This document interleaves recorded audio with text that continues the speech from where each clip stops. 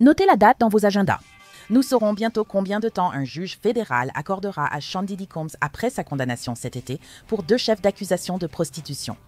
Ses avocats de la défense très influents demandent sa libération, ayant obtenu que des personnalités célèbres écrivent des lettres de soutien pour le fondateur de Bad Boy Records. Nous allons voir qui soutient encore Diddy, même après son acquittement des accusations plus graves de complot en vue de racket et de trafic sexuel. Merci de nous rejoindre sur Law and Crime. Je suis Elizabeth Milner. Les avocats de Diddy ont écrit dans un récent dossier judiciaire que leur client a déjà été suffisamment puni, mais le juge sera-t-il d'accord la semaine prochaine lorsqu'il prononcera officiellement la sentence du magnate? Est-ce que cela a vraiment de l'importance? Il pourrait encore obtenir un nouveau procès. Depuis plus d'1 an, Sean Diddy Combs est détenu dans un centre fédéral à Brooklyn, New York. Avant son procès, ses avocats ont demandé sa libération sous caution, mais cela a été refusé à chaque demande, même après qu'il n'ait été condamné que pour les accusations liées au Mann Act, c'est-à-dire le transport dans le but de se livrer à la prostitution, car les avocats de Diddy considèrent ces accusations comme relevant d'un mode de vie alternatif ou échangiste. Mais le juge a tout de même maintenu le magnate en détention en attendant le verdict de sa condamnation. Le juge Haroun Submarinian a écrit « Combs pourra soutenir à la condamnation que ces preuves doivent être minimisées et que l'affaire concernait simplement des libertins consentants faisant appel à des escortes volontaires pour leur plaisir. » Le gouvernement adopte le point de vue opposé, affirmant que Casey Ventura et Jane ont été battues, contraintes, menacées, trompées et victimisées par Combs dans le cadre de leur participation à ces événements. Le procès fédéral de Diddy a été marqué par des témoignages chocs presque chaque jour d'audience. Cependant, il a été acquitté de 3 de ses 5 chefs d'accusation fédéraux.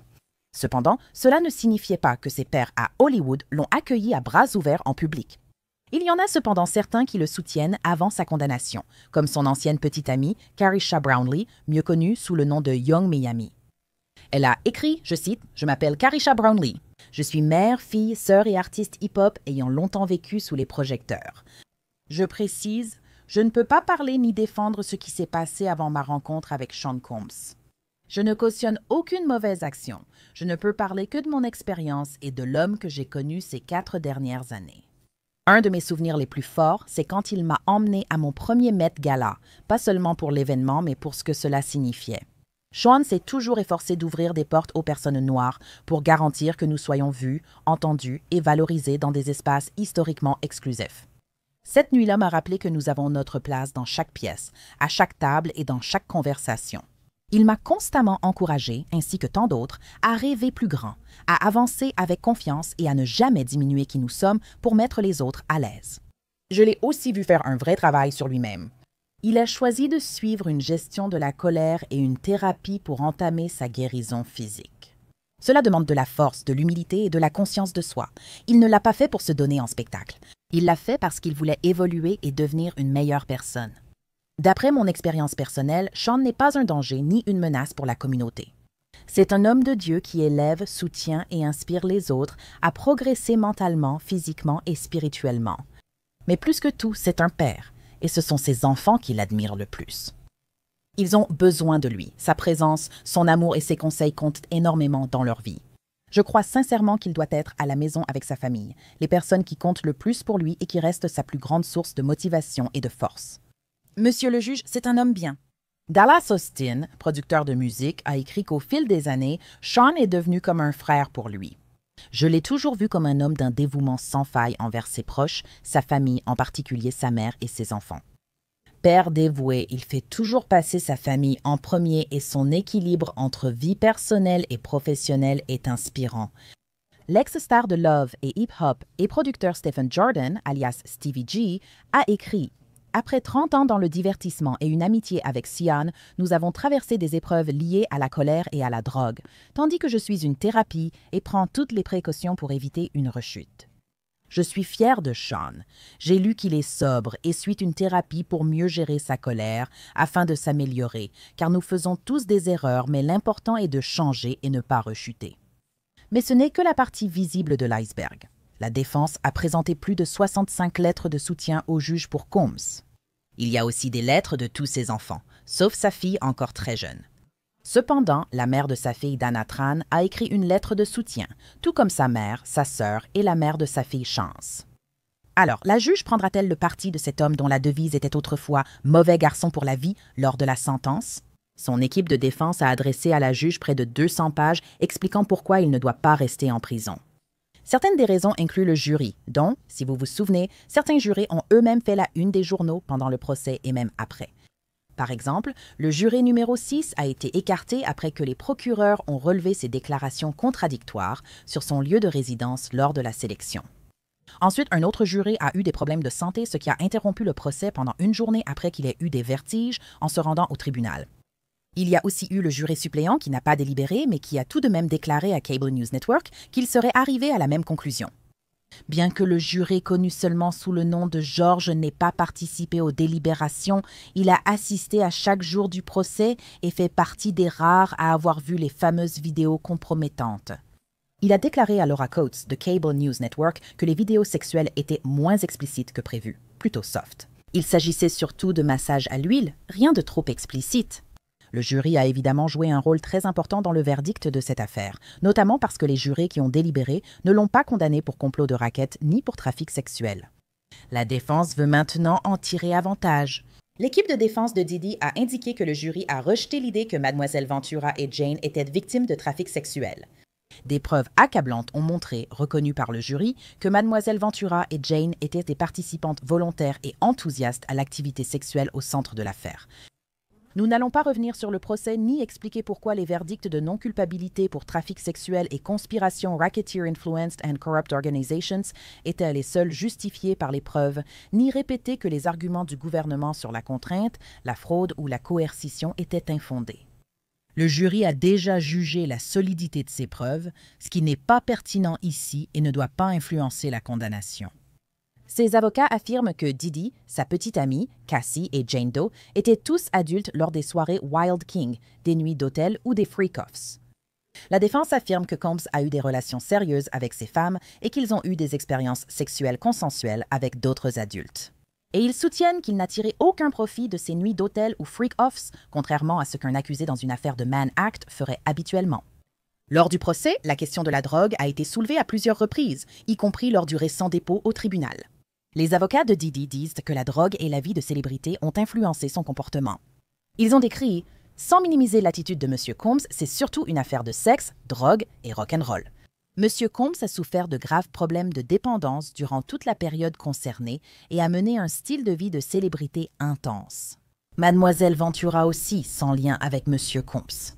Jane a volontairement pris de l'ecstasy et d'autres drogues avec M. Combs, ce qui faisait partie de leur relation. » Lors du procès, la défense a suggéré que l'incident à l'hôtel Intercontinental en 2016 résultait d'une mauvaise dose de drogue. Dans ce dossier, la défense de Diddy affirme que l'agression de Cassie à l'hôtel Intercontinental était un cas rare de violence de Combs durant leur relation. Cassie a témoigné qu'elle ne se souvenait pas du nombre de passages à tabac, tant ils étaient nombreux. Cependant, dans ce récent dossier, la défense a écrit que la violence n'était pas entièrement à sens unique. Mademoiselle Ventura a indiqué qu'elle avait parfois elle-même déclenché des bagarres avec M. Combs. Par exemple, elle a déjà frappé M. Combs au visage. M. Combs est le premier à déclarer que ces violences envers Mademoiselle Ventura sont inexcusables. Cependant, le jury a clairement établi qu'il n'y avait aucun lien entre violence, contrainte et les freak-offs. Maintenant, une partie de la raison pour laquelle le juge l'a maintenu en détention en attendant la sentence, c'est parce qu'il a admis avoir été physiquement violent avec Jeanne aussi récemment qu'en juin 2024, soit 3 mois avant son arrestation. Jeanne a reconnu avoir déclenché l'altercation, lancé des objets et insulté l'autre de pédophile et de monstre après l'avoir frappé à la tête. La défense a indiqué qu'à ce moment-là, M. Combs était ivre après avoir bu du champagne et des shots de tequila. Encore une fois, M. Combs sait que participer à tout type de violence physique avec une femme est inexcusable. Mais le jury a rejeté l'argument selon lequel la violence aurait poussé Jane à participer à une nuit à l'hôtel. Tout au long du dossier judiciaire, l'équipe de défense du magnate soutient que sa condamnation n'est pas comparable à d'autres affaires relevant du Mann Act, où, par exemple, le GOJ limite les poursuites au cas impliquant la traite sexuelle de mineurs ou des prévenus qui participent à des entreprises de prostitution commerciale en tant que proxénètes ou dans des réseaux d'escorte.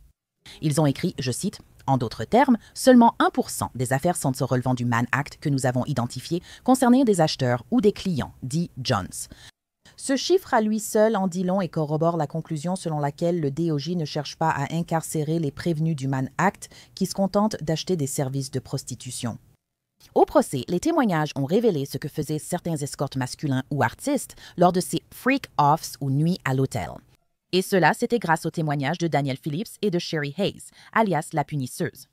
La défense de Didi a soutenu qu'il s'agit du seul cas qu'ils ont identifié où les procureurs affirment que des hommes adultes professionnels et consentants étaient des victimes du Mann Act, écrivant « Le gouvernement affirme maintenant que les escortes masculins étaient les victimes de M. Combs, mais il s'agit apparemment du seul cas dans l'histoire du Mann Act où le gouvernement a soutenu que des escortes ou artistes masculins adultes, professionnels et consentants qui ont gagné des milliers de dollars étaient des victimes. » Le Mann Act ne visait initialement pas les hommes comme victimes, et le Congrès n'a jamais envisagé cette application. Ils soutiennent que le temps qu'il a déjà purgé constitue une punition suffisante, surtout après avoir été incarcéré au NDC de Brooklyn. Son équipe affirme que le magnate fait régulièrement face à la violence, envers lui-même et les autres. Ils donnent un exemple récent. Le 12 septembre, l'avocat de la défense était en visioconférence avec M. Combs, soudain interrompu à 14 heures, suite à une attaque au couteau ayant causé le confinement de l'établissement plusieurs jours. Ils écrivent que les conditions de vie au MDC demeurent inhumaines, avec des confinements fréquents et d'autres conditions tout aussi horribles. 10 exemples différents sont donnés pour illustrer à quoi ressemble réellement la vie de Didi derrière les barreaux, bien loin de sa vie de luxe, y compris des suicides constants. Regardez, toutes les 10 heures, M. Combs doit montrer sa carte d'identité au gardien pour prouver qu'il est vivant et en bonne santé. Accès limité à l'eau potable. M. Combs chauffe souvent son eau pour avoir de l'eau propre à boire sans tomber malade. Dormir dans une chambre dortoir à moins de 60 cm des autres détenus, salle de bain sans porte dans la même pièce. M. Combs n'a pas eu d'air frais ni de soleil sur sa peau depuis près de 13 mois. Il boite souvent à cause d'une blessure au genou nécessitant une opération non reçue en détention fédérale. Manque d'accès à une nourriture saine ou comestible, ce qui est essentiel pour les personnes prédiabétiques. M. Combs a survécu grâce à du porc, du poulet et du bœuf transformés et périmés, parfois infestés d'asticots. Manque d'exercice physique avec des poids ou tout autre équipement approprié. Pas de physiothérapie pour ses blessures à l'épaule et au genou, pas de machines à laver ou sèche-linge et des températures extrêmes, froid glacial ou chaleur brûlante. Après son procès et de nombreuses poursuites, ses avocats affirment que son héritage a été détruit. Selon eux, en raison de la mauvaise publicité et d'accusations rejetées par le jury, il fait face à près d'une centaine de procès, souvent intentés par des inconnus avançant des allégations inventées pour profiter de la chute de M. Combs. Malheureusement, ces poursuites ont touché sa famille. Sa mère de 84 ans et ses fils ont aussi été poursuivis dans plusieurs États avec M. Combs. Ils ajoutent, malgré la dureté de la vie au MDC, M. Combs a aussi subi de nombreuses autres pertes. Depuis son incarcération et sa condamnation en vertu du Mann Act, les conséquences pour sa vie ont été personnellement dévastatrices. Il a été séparé de sa famille, il fait face à des frais juridiques croissants liés à l'acte d'accusation et à la défense contre des poursuites qui sont le résultat direct de la conférence de presse préjudiciable du procureur des États-Unis Damien Williams, annonçant cette affaire, et il a vécu au MDC pendant plus d'1 an, malgré sa volonté de se battre contre cette affaire depuis le premier jour. Ses avocats citent d'autres exemples où sa vie a été systématiquement démantelée. Par exemple, après le procès de Cassie et les procès qui ont suivi, ces entreprises n'ont plus pu fonctionner comme avant et il a dû licencier plus d'1 millier d'employés. Selon le document, certains employés n'ont pas retrouvé d'emploi en raison de leur lien passé avec le magnate. Son affaire fédérale a aussi eu de graves conséquences pour ses enfants qui ont été annulés et ont perdu des opportunités pro. L'émission de la famille sur Hulu a été annulée après la plainte de Cassie. Il a été retiré des conseils d'administration de 3 écoles à Chartres qu'il avait créées. Il a été déchu de son doctorat honorifique de l'université Howard. Il a été contraint de rendre la clé de la ville de New York. Il a dû quitter sa chaîne Revolt, qui, selon le dossier, était l'une des 2 chaînes de télévision noires aux États-Unis. Donc, au total, la défense espère que le juge le condamnera à une peine de 14 mois, ce qui signifie que si le juge lui donne raison, il pourrait probablement sortir de prison avant les fêtes. Au moment de cet enregistrement, cependant, les procureurs n'ont pas encore soumis leurs recommandations pour sa condamnation, mais ils ont déjà déclaré qu'il a un passé extrêmement violent et que ses tentatives de minimiser ses actes montrent qu'il reste très dangereux. C'était beaucoup, non? Beaucoup de jargon juridique et de pages à lire. Décomposons cela avec l'avocate de la défense Safa Robinson. Ferrer Safa, toujours un plaisir. Merci de m'avoir rejointe. Prenons du recul. L'heure du verdict pour Didi approche, il a besoin de soutien. La défense a envoyé de nombreuses lettres, dont celle de Young Miami, Dallas Austin, CDG, les mères de Love et Chance, sa mère, sa sœur et tous ses enfants, sauf le plus jeune. Mais qu'as-tu pensé des lettres de soutien? Je ne suis pas surprise de voir des lettres de soutien ici. Non, c'est en fait assez typique à l'approche de la sentence ou peu de temps avant, au moins une semaine ou deux avant que la sentence ne soit prononcée. Et très souvent, les prévenus et leurs clients soumettent des lettres de la part de membres de la famille et de proches afin de donner au juge une image plus claire de qui est cette personne en général ou de qui elle est et de ce qu'elle représente pour sa famille et ses proches. Et cela fait partie de ce que nous appelons un mémoire de mitigation ou de sentence qui est remis au tribunal afin d'obtenir une peine plus légère ou de donner au juge l'idée que c'est une bonne personne. Vous savez, des erreurs arrivent ou de mauvaises choses se produisent, mais il a changé et il a été réhabilité. Et nous, en tant que famille, avons besoin de lui à nouveau. Et êtes-vous surprise que d'autres visages célèbres ne se soient pas davantage manifestés pour éventuellement exprimer aussi leur soutien en faveur de Didi? J'ai été surprise de ne voir que 3 noms marquants. Dallas, Austin, Young, Miami et CBJ, selon moi. Mais êtes-vous surprise que d'autres célébrités n'aient pas non plus exprimé leur soutien par des lettres, comme peut-être Yai, qui était présent au tribunal ce jour-là? En fait, je ne suis pas vraiment surprise que nous n'ayons pas entendu davantage d'autres célébrités parce que je pense que toute personne ayant une équipe de relations publiques compétente va lui dire de rester très loin de cette affaire et de ne donner aucune opinion à ce sujet. Je suis un peu surprise que nous n'ayons rien entendu de la part de Yay, mais vous savez, c'est son droit. Bien sûr, il est soutenu durant tout le procès. Et toute personne qui souhaite soutenir M. Combs pendant la phase de condamnation et fournir un mémoire ou une lettre, excusez-moi, elle peut le faire. Mais je pense qu'en tenant compte de ce que la défense a fourni au tribunal, il y a eu un nombre important de lettres et d'autres éléments de ce genre sur lesquels le juge peut s'appuyer pour avoir une autre vision de M. Combs. Peut-être différente de ce que le juge a entendu lors du procès. Pensez-vous que certaines des lettres ont pu influencer peut-être même votre propre opinion par rapport à ce que nous avons entendu lors du procès ou par rapport à ce qui s'est passé après, voire même avant que le procès ne commence, et que cela vous a fait changer d'avis d'une manière ou d'une autre? J'avais l'impression que tout paraissait répétitif. Je pense que la lettre la plus captivante que j'ai eu l'occasion de lire était celle de sa mère et elle soulève un très bon point. C'est une femme de 85 ans ou dans la mi-quatre-vingtaine qui ignore combien de temps il lui reste.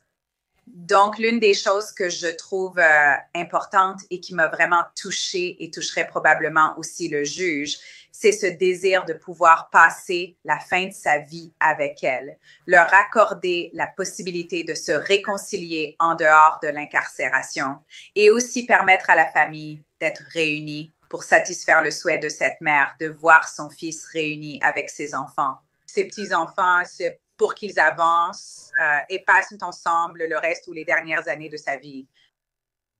Et vous savez, Janice était présente chaque jour au procès. Je ne crois pas qu'il y ait eu un seul jour où elle a manqué. Elle assistait chaque jour au procès pour soutenir son fils, surtout lors des témoignages et des moments difficiles. Quelle était votre réaction à la demande de 14 mois de la défense? Si le juge suit la défense, Didi pourrait-il sortir du tribunal la semaine prochaine? Absolument. Je pense que c'est bien le cas. La défense veut obtenir cette peine de 14 mois. Je ne connais pas le temps exact qu'il a déjà passé en détention, mais ils espèrent qu'il l'a déjà purgé pour qu'il puisse rentrer chez lui auprès de sa famille.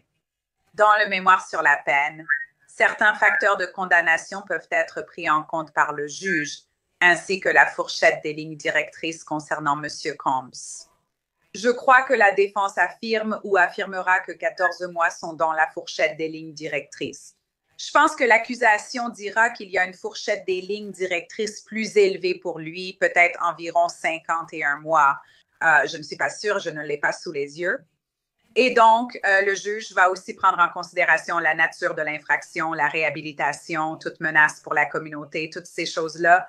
Et il peut même prendre en compte certaines choses qu'il a entendues lors du procès afin de déterminer quelle sera la peine pour M. Combs. Il y a également une jurisprudence qui, je crois, a été fournie au tribunal par la défense et qui dit essentiellement que les personnes condamnées pour des infractions à la loi Mann n'ont pas reçu de peine plus lourde ou ne sont pas restées en détention aussi longtemps que ce à quoi M. Combs serait confronté. Et je pense qu'il pourrait également y avoir des requêtes en suspens. Et je ne sais pas si elles ont déjà été résolues concernant la demande d'un nouveau procès et d'autres choses de ce genre que, selon moi, le juge va examiner avant de prononcer la peine. Oui, et cela aura lieu demain, et j'y serai certainement tôt le matin comme d'habitude. Je repense à l'époque où je couvrais le procès. Pour revenir à ce point, Safa, la défense affirmait que la condamnation de Didi pour les chefs 3 et 5 de la loi Mann n'était comparable à aucune des affaires citées, bien qu'ils en aient mentionné beaucoup. Évidemment, je ne suis pas avocate, donc c'était vraiment intéressant de tout lire. Pour l'argument de la défense, penses-tu qu'il soit solide d'affirmer que la condamnation de Didi ne portait pas sur le transport de mineurs ou de personnes contre leur gré entre États? Le principal argument de la défense, qu'ils ont soutenu tout au long du procès, était qu'il s'agissait d'adultes consentants, qui faisaient des choses d'adultes, que c'était un mode de vie libertin. Encore une fois, tout se passait dans un cercle de consentement ici, mais aussi que ces artistes ou ces escortes n'étaient pas payés pour le sexe, mais pour leur temps. Quelle est votre réaction à l'argument de la défense? La défense avance un argument solide sur ce point. Je pense que nous devons rappeler et que la défense tente de montrer au juge qu'il a été acquitté des accusations les plus graves, notamment celles liées au RICO. Ici, la base factuelle des accusations liées au Mann Act concerne vraiment une relation intime et personnelle qu'il avait avec certaines de ses petites amies et qu'elles ont simplement participé à ce style de vie échangiste qui est relativement courant ici aux États-Unis. Et nous en avons déjà entendu parler. Des escortes sont fournies ou passent du temps avec des individus ou sont payés pour passer du temps avec des couples. Et s'ils décident d'avoir une activité sexuelle, alors, puisqu'ils sont tous adultes et qu'ils y consentent tous, c'est tout à fait leur droit. Donc, je pense que la défense marque un bon point à cet égard. Je pense qu'ils essaient essentiellement de ne pas criminaliser l'activité sexuelle ou peut-être un certain type de mode de vie sexuel tabou ici. Il sera intéressant de voir comment la juge en tiendra compte lors de la condamnation ou après lecture de ces mémorandums. L'accusation dira sûrement, Madame la juge, c'est plus que ça. C'est quelqu'un qui a été violent envers des femmes et d'autres personnes tout au long de son parcours en tant que productrice exécutive ou dirigeante et qui a occupé ses rôles très en vue dans la société et dans l'industrie musicale. Et cela va bien au-delà d'une relation sexuelle avec ses anciennes petites amies ou avec ses escortes.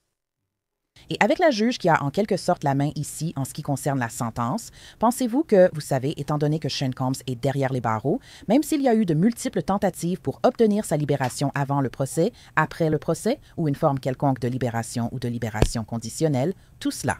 Mais pensez-vous que le juge, lorsqu'il prendra cela en considération la semaine prochaine, tiendra compte de l'ensemble de tout ce qu'il a appris au cours du procès? Ou pensez-vous que cela se résumera vraiment uniquement aux condamnations liées au Mann Act, au fait de transporter, comme le dit le gouvernement, des prostituées d'un État à l'autre, des victimes d'un État à l'autre, tout cela? Mais pensez-vous que le juge prendra en considération l'ensemble du procès ou seulement les condamnations spécifiques liées au Mann Act?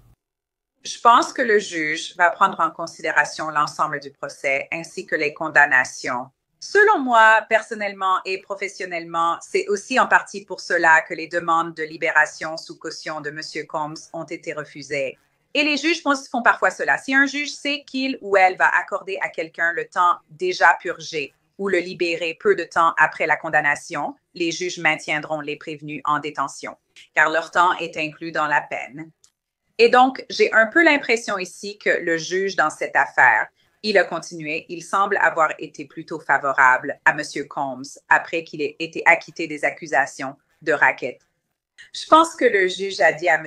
Combs, voulez-vous sortir? Et cela me marque vraiment parce que cela me dit que le juge envisageait de permettre à M. Combs d'être libéré à ce moment-là et qu'il a finalement décidé de ne pas le faire. Cela aurait aussi pu être parce qu'il devait légalement garder M. Combs en détention. De plus, comme il pourrait le libérer à la prochaine audience ou lors de sa condamnation, cela lui évite des complications par rapport à le libérer, puis ramener M. Combs au tribunal en même temps. Monsieur, Le temps passé en détention est compté. Donc, si je vous condamne au temps déjà purgé ou à 14 mois, c'est fini. C'est terminé. Et c'est un point très intéressant. Et je suis très impatiente de voir ce que le juge prendra en compte la semaine prochaine lorsque la sentence tombera finalement. Mais dans l'ensemble, en regardant ce que je ressens comme une sorte de dernière tentative désespérée de la défense pour vraiment sauver l'image publique de Sean Combs.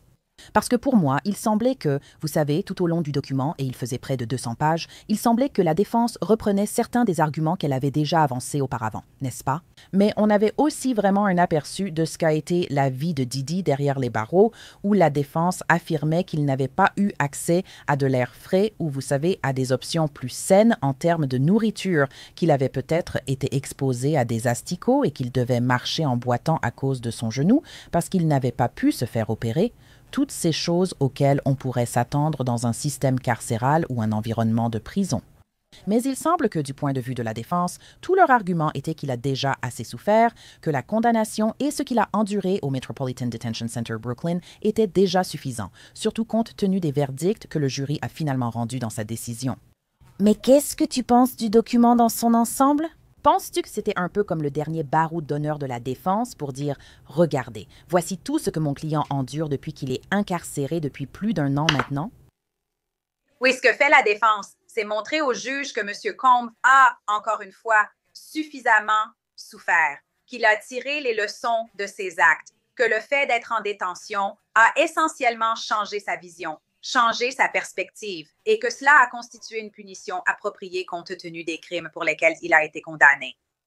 Une chose que je dirais, c'est qu'il est très difficile d'être un prévenu dans ce pays, surtout un prévenu qui est en détention. Et donc, M. Combs, comme beaucoup d'autres personnes incarcérées, c'est davantage une question de droit des prisonniers. Il vit ce que beaucoup d'Américains, malheureusement, subissent et affrontent dans ce pays. Et j'espère que, vous savez, si et quand il sera libéré, peut-être qu'il deviendra un défenseur des droits des prisonniers, étant donné qu'il a lui-même vécu ces expériences et qu'il y a des aspects du système de justice pénale qui doivent vraiment changer en ce qui concerne l'incarcération. Mais je suis d'accord avec vous pour dire qu'il s'agit d'une ultime tentative pour vraiment montrer au juge qu'il a été puni. Il a assez été puni. Il a connu une chute spectaculaire en disgrâce. Et à cause de cela, et parce que sa famille a besoin de lui et souhaite qu'il revienne et qu'il manque à sa fille, qui est très jeune et qu'il y a eu certains changements de comportement chez elle. Sa mère pourrait bientôt partir et il doit aussi s'occuper de ses autres enfants. Et d'après certaines lettres, il a eu un impact positif sur la communauté. Tous ces éléments réunis constituent la dernière tentative de la défense auprès du juge pour obtenir cette peine de 14 mois. Ce sera intéressant de voir si nous entendrons réellement Sean Combs lui-même au moment de sa condamnation, de voir s'il fera une déclaration avant que le juge ne rende finalement sa décision sur ce que sera la peine. Oui, exactement. Et puis, je sais qu'il y aura des requêtes post-verdict qui vont avoir lieu demain. Pensez-vous qu'il est probable que le juge accorde un nouveau procès à Sean Combs? Je ne pense pas que cela va arriver. Je pense qu'on peut s'attendre à ce que sa condamnation ait lieu comme prévu. Et je crois que c'est le 4 octobre. Certaines de ces requêtes pourraient aussi être positives et le juge devra y répondre.